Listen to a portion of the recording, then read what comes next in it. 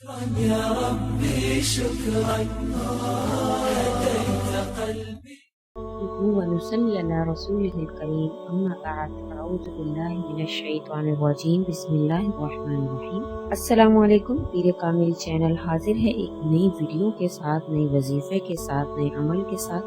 آج جو عمل میں آپ کے ساتھ شیئر کرنے جا رہی ہوں وہ انتہائی پاورفل عمل ہے جو کہ لا حول ولا قوت الا باللہ کے ساتھ خاص ہے۔ قرآن پاک کی جو ہے وہ آیت بھی ہے اور اس کے علاوہ یہ کلمات نہایت پاورفل ہے۔ انشاءاللہ تعالیٰ اس کو میں احادیث میں جس طرح سے اللہ حضور صلی اللہ علیہ وسلم نے اس کا ذکر فرمایا ہے وہ میں آپ کے ساتھ شیئر کروں گی۔ اس کا باقاعدہ ایک وظیفہ جو ہے وہ بتایا گیا ہے، وہ بھی میں آپ کے ساتھ شیئر کروں گی۔ لیکن اس سے پہلے ہم نے جو نئے سیشن کا آغاز کیا جس میں آپ سے ایک سوال پوچھتی ہوں جس کا جواب آپ کو کمنٹ باکس میں دینا ہوتا ہے۔ اس کا مقصد یہی ہے کہ جو لوگ اسلامی معلومات سے واقف نہیں ہیں ان کی معلومات میں اضافہ ہو اور آپ کو بھی پتہ چلے کہ آپ کو کتنی اسلامی معلومات ہیں۔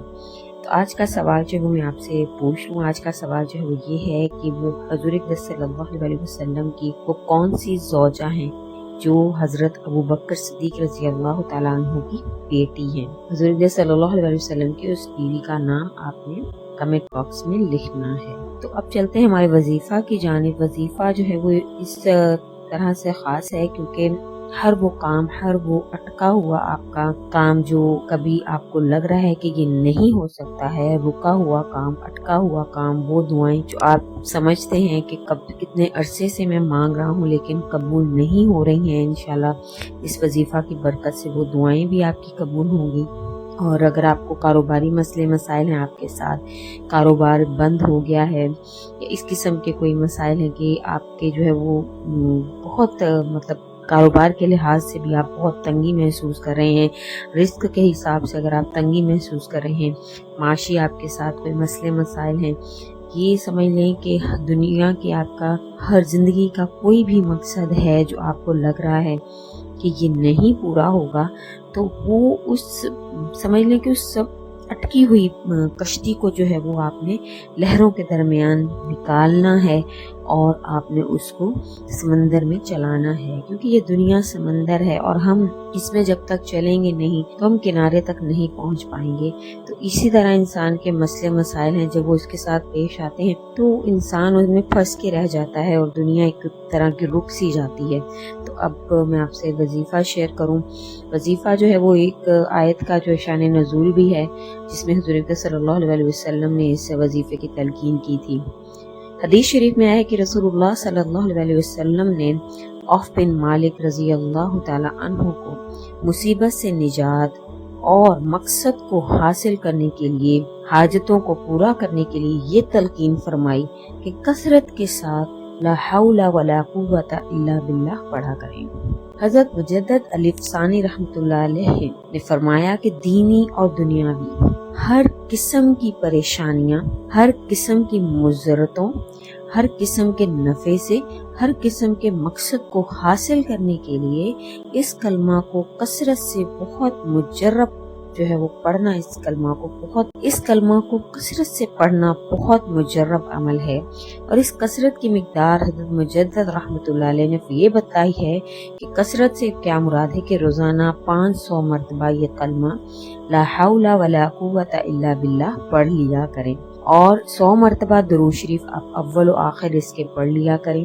اس کے بعد آپ جس بھی مقصد کے لیے دعا کریں گے، رکا ہوا کام، اٹکا ہوا کام، کوئی دعا جو قبول نہیں ہو رہی ہے، اس کے بعد جب آپ دعا کریں گے تو اللہ کے حکم سے آپ کا وہ مقصد، وہ دعا ضرور قبول ہوگی۔ سیرت ابن اسحاق میں ہے حضرت عوف اشجعی رضی اللہ تعالیٰ عنہ کے لڑکے حضرت سالم رضی اللہ تعالیٰ عنہ جو کافروں کی قید میں تھے، تو حضور صلی اللہ علیہ وسلم نے فرمایا کہ ان سے کہو کہ وَقَسْرَ لَا حَوْلَ وَلَا قُوَّةَ إِلَّا بِاللَّهِ پڑھتے رہا کریں۔ ایک دن اچانک بیٹھے بیٹھے ان کی زنجیر جو ہے جن سے ان کو باندھا ہوا تھا وہ ٹوٹ گئی، کھل گئی اور یہ وہاں سے نکل کر بھاگے اور ان لوگوں کی ایک اونٹنی ہاتھ لگ گئی جس پر سوار ہو لیے۔ راستے میں ان کو اونٹوں کے ریوڑ ملے، انہیں اپنے ساتھ ہنکار آئے۔ وہ لوگ پیچھے پیچھے دوڑے لیکن کسی کے ہاتھ نہیں لگے، سیدھے اپنے گھر آئے اور دروازے پر کھڑے ہو کر آواز دی، بابا جان۔ آواز سن کر حضرت عوف اشجعی نے فرمایا، یہ تو سالم ہے۔ ماں نے کہا، ہائے وہ کہاں؟ वो तो कैद में बंद मुसीबतें झेल रहा होगा। अब दोनों माँ बाप और खादिम दरवाजे की तरफ दौड़े।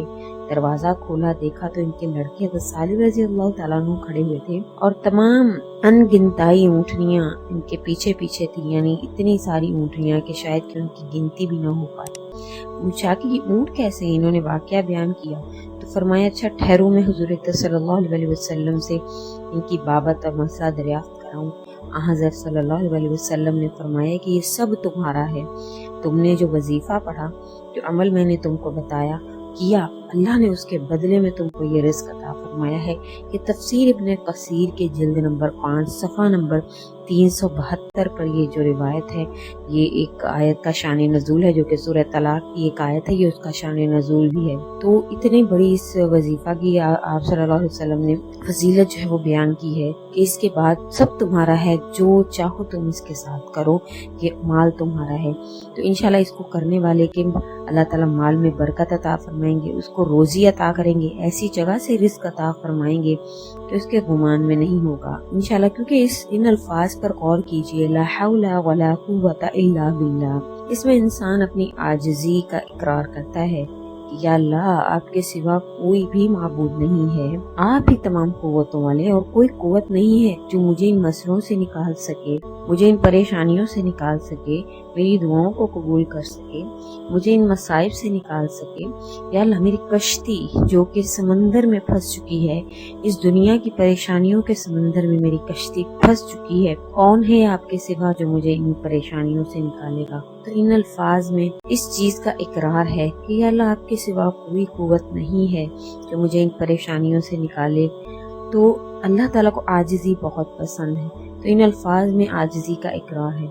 आम सी बात है, अगर आप किसी दुनिया में किसी बड़े ठेकेदार के पास या किसी बड़े जिम्मेदार के पास आप जाएं और आप उसके पास जरा सी उसकी मदाह में कहें कि आपके सिवा देखिए मेरा कोई काम नहीं कर सकता, तो वो खुश होकर आपका काम कर देता है।